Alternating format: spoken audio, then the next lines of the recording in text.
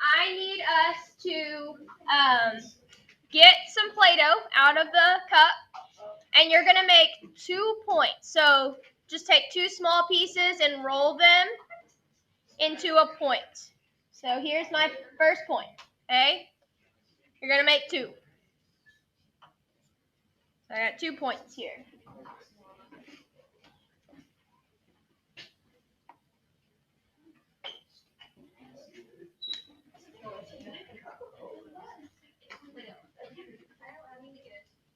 Okay. So we should all have a couple points made now. So first, let's just look at the 1 point. So you have this point here.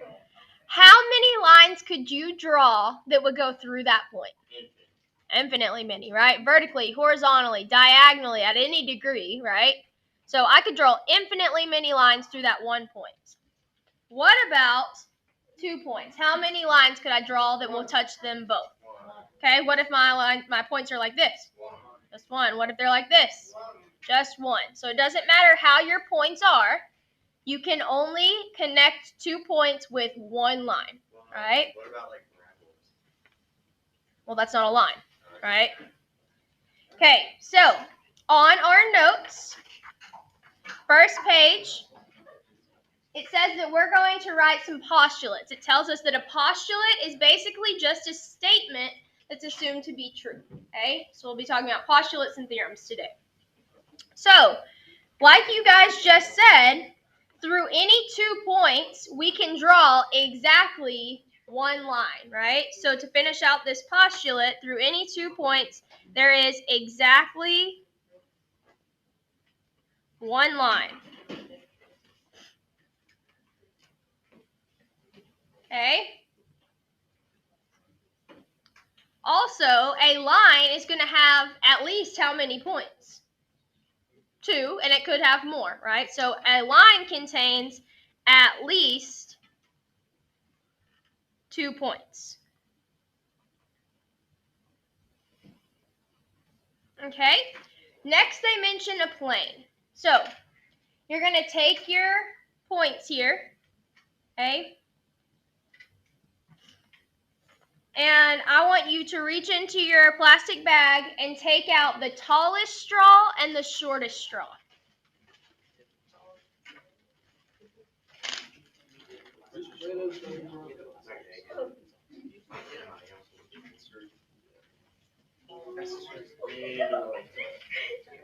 Okay, you're going to put your tallest straw in one of the dots, and you're going to put your shortest straw in your other point or dot.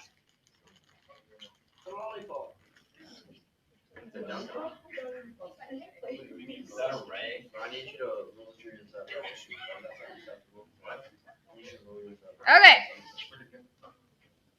Oh, shoot. All right, so you've got your 2 points here.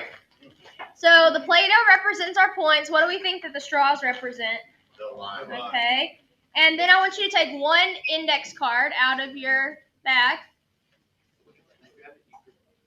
What do you guys think an index card represents? The plane. Okay. So I want you to put your 2 points about 2 fingers apart. Okay. I'm fixing it. All right. Now I want you to take your card or your plane, and I want you to try and lay it on top of those 2 points and make it balance. It's got to touch them both. Okay. It should be pretty difficult. Considering they're only allowed to be about 2 fingers apart, you have to kind of almost set this one kind of in the middle, right, and lean it against that other one if you wanted a chance of it standing up, right? Okay, so apparently not going to work with just 2. So now I want you to get your Play-Doh and make a 3rd point. In this 3rd point, I want you to put your middle-sized straw.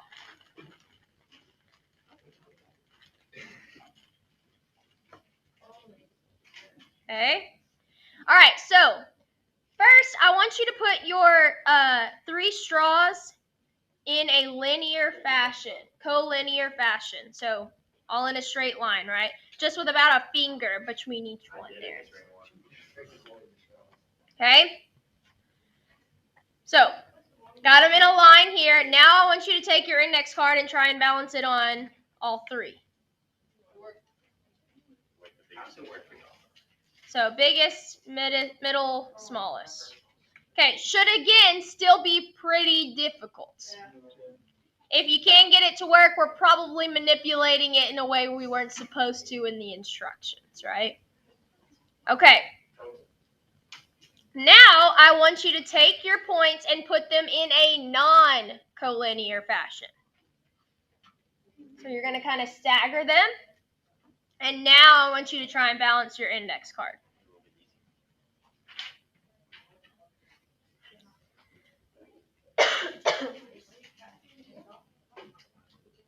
We did it. We did it. We should be able to.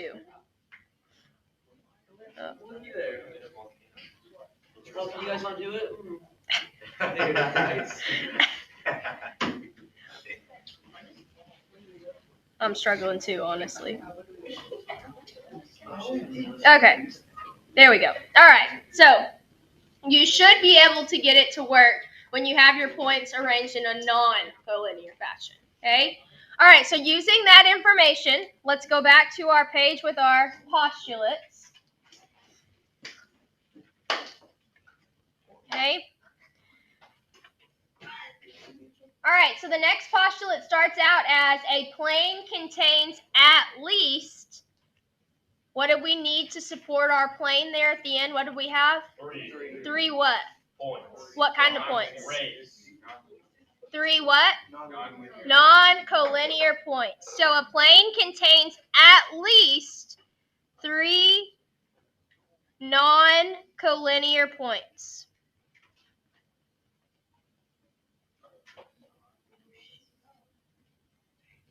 Okay. Then through any 3 points, keyword here is any. So they don't have to be collinear or non-collinear. Could be literally any 3 points. There is blank. Okay, so some of us may have been able to get it to support when they were linear, right? But it was pretty difficult, right? So if you have any 3 points, you're going to have at least one plane.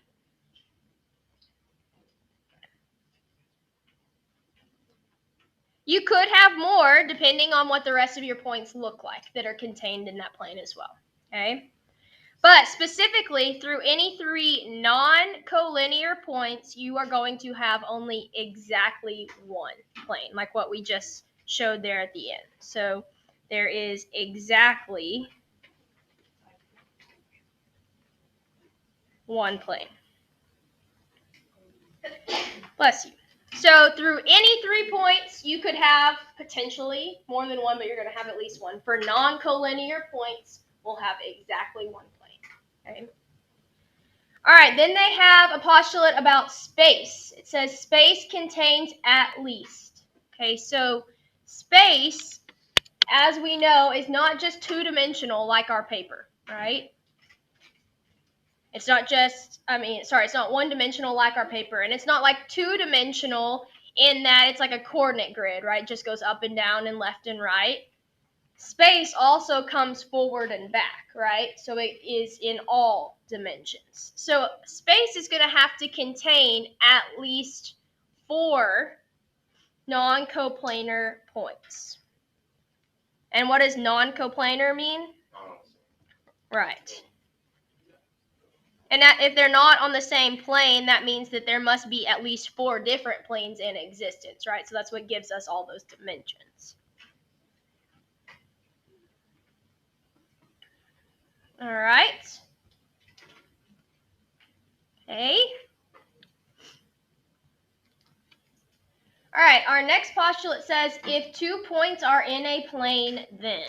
Okay, so over here in the margin, I'm going to draw a little picture. I'm going to draw a plane. Remember, in our plane, we just kind of draw like a square or rectangular shape, and we put some little arrows to show that it does extend in all directions. And I'm just going to put 2 points on there, exactly like they just described. I'll name them points A and B. All right, so this is what they described. You've got 2 points in a plane, then blank. Okay, well, what did we say that you could do with 2 points? Right, you can make a line. If you've got 2 points, then you can make exactly one line, right? Okay, and if those 2 points are inside of that plane, then that line must also be in that plane, right? So our postulate here is that if 2 points are in a plane, then the line that contains the points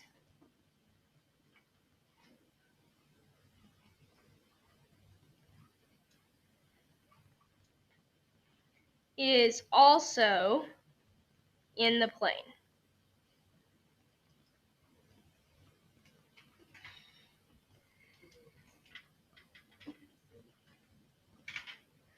All right. Okay, and then our last postulate says if 2 planes intersect, then. Okay, so I want you guys to take those 2 note cards that were in your bag, and they should have 2 slits cut in them, and I want you to slide those together so that it looks like this. Okay, so you put them together, looks something like this. Oh, so does that create like the y-axis, the x-axis, the graph thingy? Well, they don't necessarily have to be the x and y axis, but they are going to be the intersections of these 2 planes. Sometimes those are x and y axis depending on what planes we're talking about, right? Okay, so their intersection, like he was pointing out, is not just one point, right? These don't touch at just some one tiny point right here. They intersect all along here, right? So their intersection's not a point, but a line. So anytime you have 2 intersecting planes, then their intersection is a line.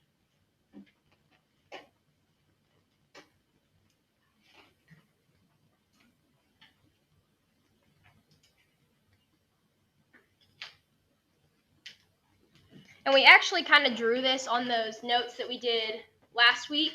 I don't know if you could maybe even tell from my drawing, but this is what I was trying to draw when I drew the 2 planes that intersected on that last box. We talked about intersections. We said you could have 2 lines intersect, you could have a plane and a line intersect, or you could have 2 planes that intersect, okay? But anytime your 2 planes intersect, it's always going to be a line.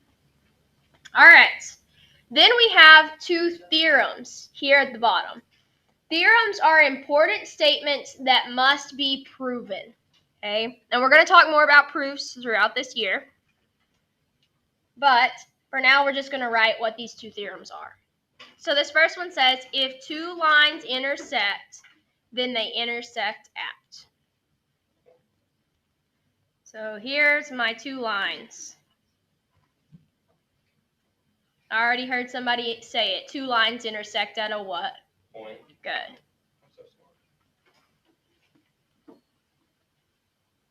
All right. Okay, and we know that every line has to have at least how many points? 2. Okay, so I'm going to put another point on each one of these lines. They share this point right here. So maybe these are points A, B, and C. So they share point B, but then each line has their own point that is not on the same line as the other.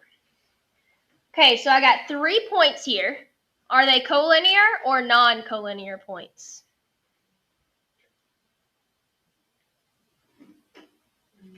Non-collinear, right? They are not all in a straight line. So they are non-collinear points. So I have 3 non-collinear points. If I have 3 non-collinear points, what do I have?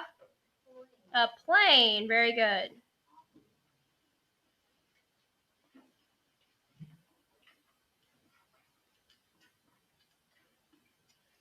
So if 2 lines intersect, then you have to have something that looks like this, meaning you've got at least 3 points that are non-collinear.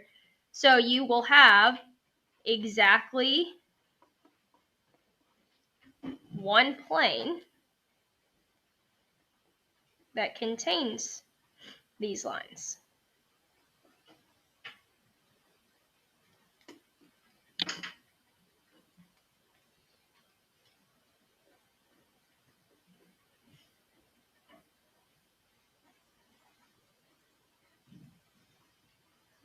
right. Okay, so now we have all of our postulates and theorems. If you'll flip it over onto the back, we're now going to answer some questions, and we'll have to use our properties to back up our answers. Okay, we're done with the Play-Doh, so if you'll go ahead and put that back in the container. It's already on its last leg, starting to dry out, so if you'll go ahead and put that back in the container, and then put your straws and the note cards back in the bag, please, so they don't get lost before next period.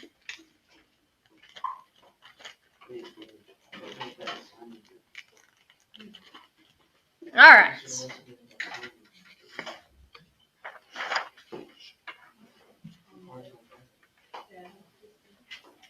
Okay, so here on the next page, it says that we are just going to list things that we know from this picture, okay? So obviously there are a whole lot of things that we could write down about what we see in this picture, considering all the postulates and theorems we just wrote down, plus all of our definitions from last time we took notes, right? So we're just going to list 5. Obviously there could be more. Let's see here. Some of the terms we talked about were like coplanar and collinear, right? What does coplanar mean? On the same plane. On the same plane. So in this picture, do you have any points that you could say are coplanar? Which ones? Very good. Okay. So I could say that the points X, B, and Y are coplanar. All right. Do we have any that we could say are collinear? A, B, and C. Good.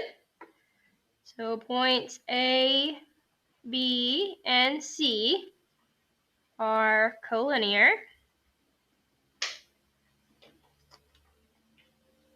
All right. Let's see. We also talked a lot about intersections just now on all of our postulates and theorems, right? We said 2 planes intersect at a line, 2 lines intersect at a point. In this particular drawing, they have a plane and a line, right? So this is the plane that they drew, plane R. My pen is line AC, okay? So I draw, comes out the bottom, right? Where would this line intersect the plane at? Point B. Very good.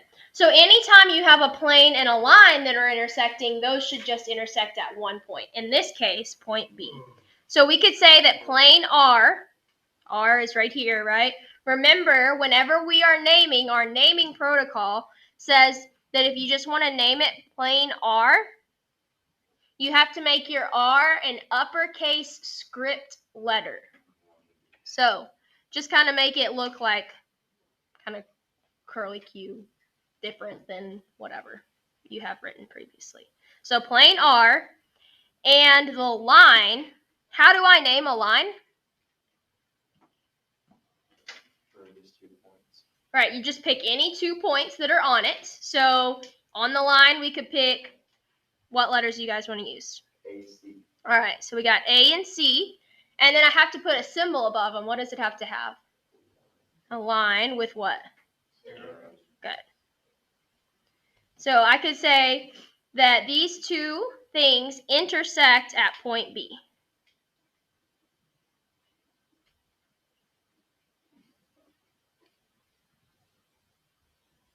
All right. We also, on that definition page, talked something about, do you guys remember the opposite rays? What was an opposite ray? It's like the same thing as a line, but it's like different.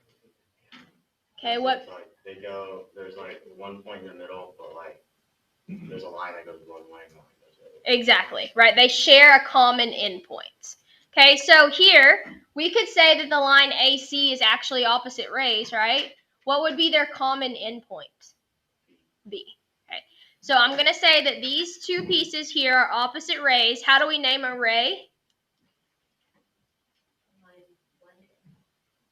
we do put one arrow at the top. For our letters, we still pick 2 letters, right? But what letter has to be first? The end point. So for us, that would be B. So the one up here, we would name BC with our line with 1 arrow. And then the other one, we would name, right. So these 2 are opposite rays.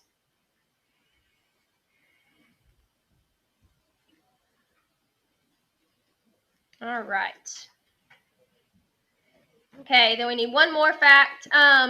We also stated on the front that through any 2 points, you have a what?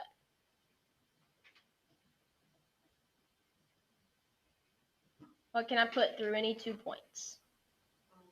A line, right. So even if it's not drawn, I could connect any 2 points in this figure with a line, right? I could connect B and Y with a line. I could do the same with B and X or X and Y, right? Any of those would create a line. And the points B and Y, for example, if I was looking at that line specifically, are both in plane R. So according to our rule on the front, that would mean that the line BY is also contained in plane R.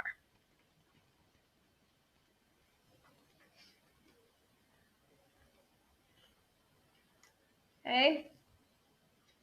All right, so now they're going to ask us some questions, and we're going to have to back up our answers with a postulate or theorem from the front page. Okay. All right. So example 2 says our points S, O, and M coplanar. So here's S, here's O, here's M. They want to know if those are coplanar. Okay, so what kind of points are those?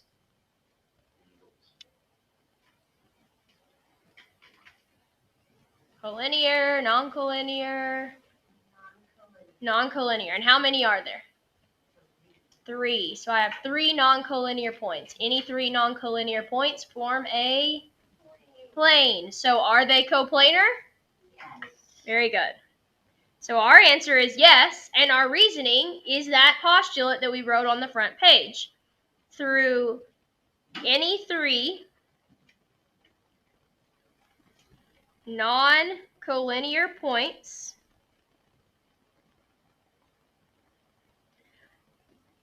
there is exactly one plane. Okay, they did not ask based off what is drawn, are they coplanar, right? They just asked, are S, O, and M coplanar? Well, according to our rule, they could be, right? Yep. But like if you look at it, you're just saying like one's on the bottom and one's at the top. So I got these 3 points here.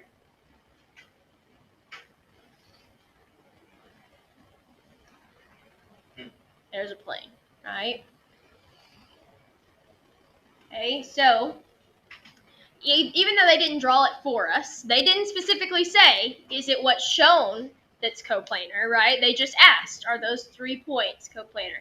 If they want you to only look at the drawing and not infer that you could create your own, they'll specifically say based on what is shown, okay?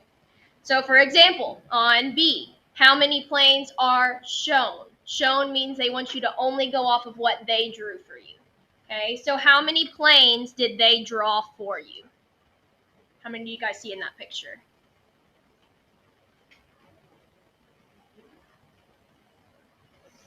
6, good, right? Top, bottom, both the ends, and the front and back. All right. Then they ask us to name the intersection of the planes LON, so LON, that would be this plane up here, and plane PQM. PQM, that would be this plane here. Well, what do 2 planes intersect at? A line. So what's the line where these 2 intersect? Very good.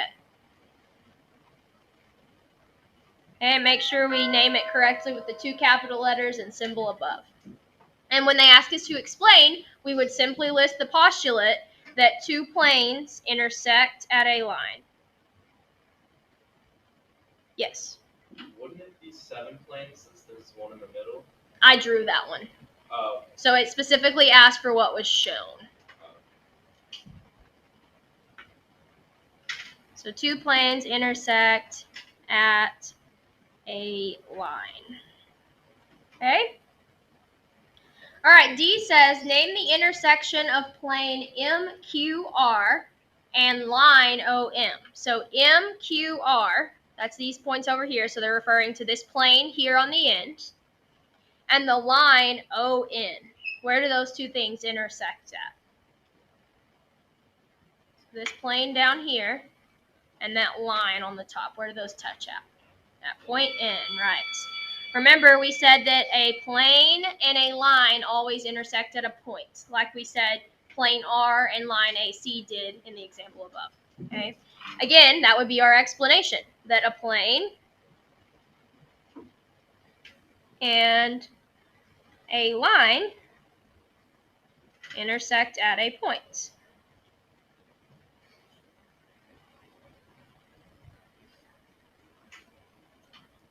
Oh, sorry, I didn't realize I was kind of off the edge there. Okay.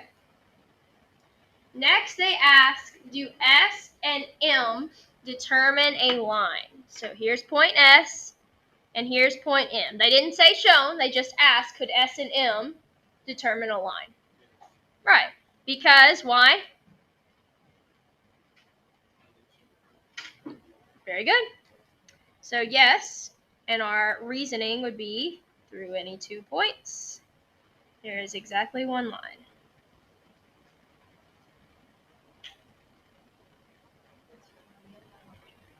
Okay, thank you.